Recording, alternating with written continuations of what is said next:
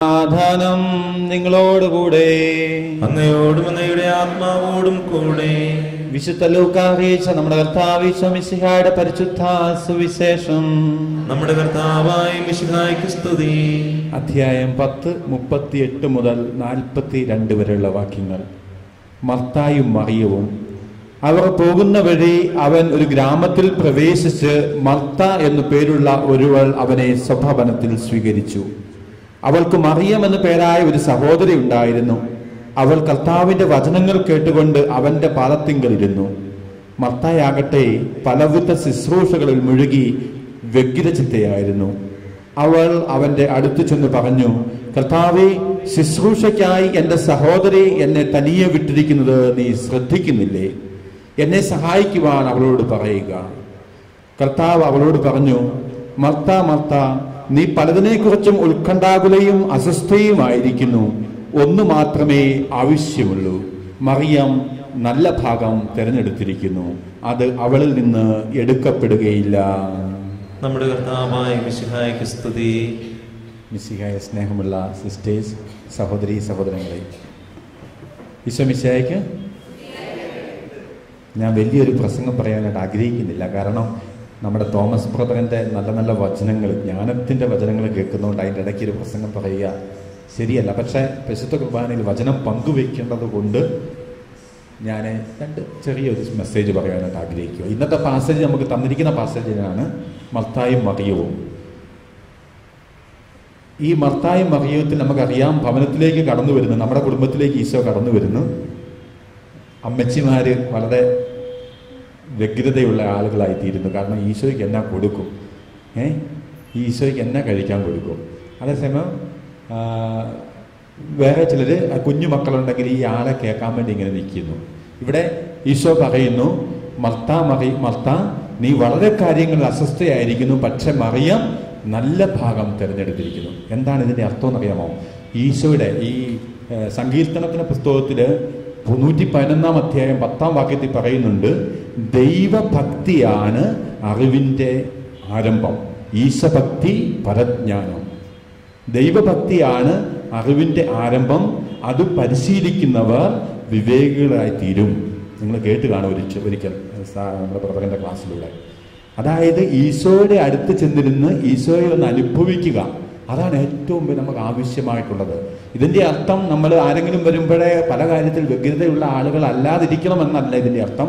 പക്ഷേ even in the midst of that I should be able to find time for Jesus. ഈശോയെ ശ്രവിക്കുക. നമ്മളൊക്കെ പല കാര്യങ്ങളിൽ നമ്മൾ ഓടി നടക്കുന്നവരാണ്, ജോലി തിരക്കിൽ. ചില കുടുംബങ്ങളിലൊക്കെ നമുക്കറിയാം, നമ്മുടെ തന്നെ ജീവിതത്തിലേക്ക് നമുക്ക് കടന്നില്ല. എൻ്റെ വ്യക്തിപരമായ ജീവിതത്തിലേക്ക് ഞാൻ നോക്കുമ്പോൾ അങ്ങനെയൊക്കെ ഒരു ജീവിതത്തിലൂടെ ഞാനും കടന്നു പോയിട്ടുണ്ട്. നമ്മൾ ഒത്തിരി കാര്യം, എനിക്ക് നല്ല ജോലിയുണ്ട്, നല്ല ശമ്പളമുണ്ട്, എനിക്ക് എല്ലാ സുഖ സൗകര്യങ്ങളും ഉണ്ട്, ഞാൻ ഈശോയെ മറന്നു പോകുന്നു. ഒരു ദിവസം 24 മണിക്കൂറല്ലേ നമുക്ക് കർത്താവ് ദാനമായിട്ട് തന്നിട്ടുള്ളൂ. ഇന്ന് നമ്മൾ ചങ്കത്ത് കൈവച്ച് നമുക്കൊന്ന് ചോദിക്കാം, ഈ 24 മണിക്കൂറിൽ ഞാൻ എത്ര സമയം ഈശോയ്ക്ക് വേണ്ടി വ്യക്തിപരമായിട്ട് കൊടുക്കുന്നുണ്ട് എന്ന്.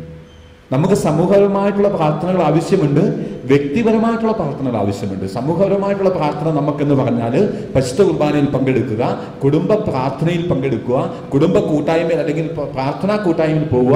ഇതൊക്കെ സമൂഹപരമായിട്ടുള്ള പ്രാർത്ഥനകളാണ്, ഇത് നമുക്ക് ആവശ്യമുണ്ട്. പക്ഷേ ഇതോടൊപ്പം വ്യക്തിപരമായിട്ട് എനിക്ക് എൻ്റെ ഈശോയ്ക്ക് സമയം കൊടുക്കുവാനായിട്ട് സാധിക്കുന്നുണ്ടോ?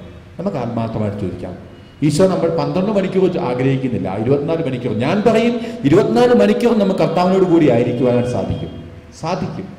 പ്രാർത്ഥന എന്ന് പറയുക ഒരു സ്ഥലത്ത് ഇരുന്ന് ശാന്തമായിട്ടിരുന്ന് പ്രാർത്ഥിക്കുന്നത് മാത്രമല്ല പ്രാർത്ഥന. ഞാൻ എൻ്റെ ജോലിയുടെ തിരക്കിൽ ഞാൻ യാത്ര ചെയ്യുമ്പോൾ എൻ്റെ ഹൃദയത്തിൽ എന്നെ സംരക്ഷിക്കുന്ന ഈശോയെ എനിക്കൊന്ന് ഓർക്കുവാനായിട്ട് സാധിക്കുന്നെങ്കിൽ പ്രാർത്ഥനയാണ്. സത്യത്തിൽ മാതാവ് അതാണ് ഇവിടെ ചെയ്തത്, ഈശോയെ ഒന്ന് ശ്രവിക്കുവാനായിട്ട്.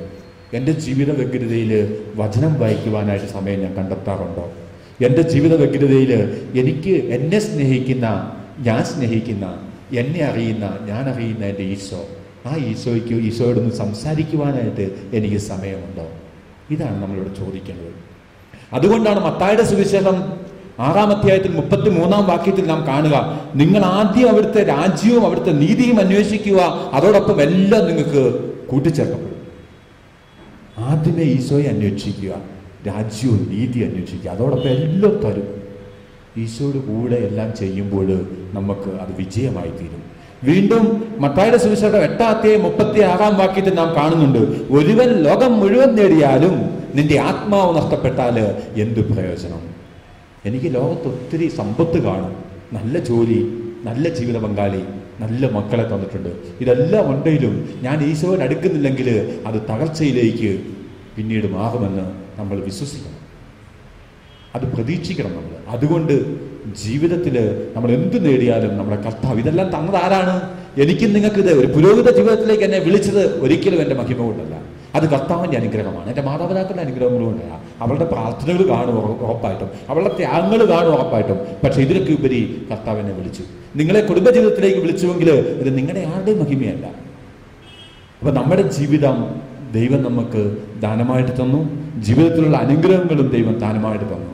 അതുകൊണ്ട് ആ ദൈവത്തിന് നന്ദി പറയുവാനായിട്ട് എനിക്ക് സാധിക്കുന്നില്ലെങ്കിൽ എൻ്റെ ജീവിതം നാശത്തിലേക്ക് നീങ്ങുന്നുവെന്ന് നമ്മൾ അറിയണം.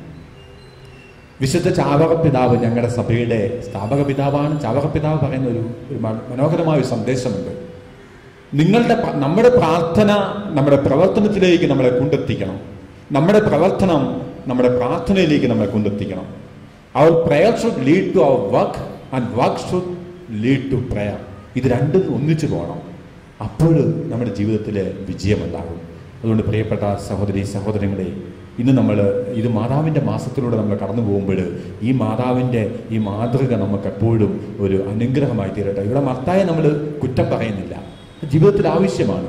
പക്ഷെ അതോടൊപ്പം കർത്താവിന് കൊടുക്കേണ്ട സമയം കൊടുക്കണം. അവിടെ ഇതാണ് നമ്മളിവിടെ മത്തായെ കുറ്റം പറയും, മാതാവിനെ അപ്രീഷിയേറ്റ് ചെയ്യുകയല്ല. മാതാവ് നല്ല ഭാഗം തിരഞ്ഞെടുത്തിരിക്കുന്നു എന്നേ പറഞ്ഞിട്ടുള്ളൂ. അപ്പം ജീവിത വ്യഗ്രതയിൽ കർത്താവിന് കൊടുക്കേണ്ട പങ്ക് ഞാൻ കൊടുത്തുകൊണ്ട് ജീവിക്കുവാനായിട്ട് നമുക്ക് പരിശ്രമിക്കാം. അതിനായിട്ട് നമ്മളെ സ്നേഹിക്കുന്ന നല്ലവനായ കർത്താവ് എപ്പോഴും നമ്മളെ അനുഗ്രഹിക്കണമെന്ന് പ്രാർത്ഥിക്കുന്നു. പിതാവിൻ്റെയും പുത്രൻ്റെയും പരിശുദ്ധാത്മാവിൻ്റെയും നാമത്തിൽ ആമേൻ.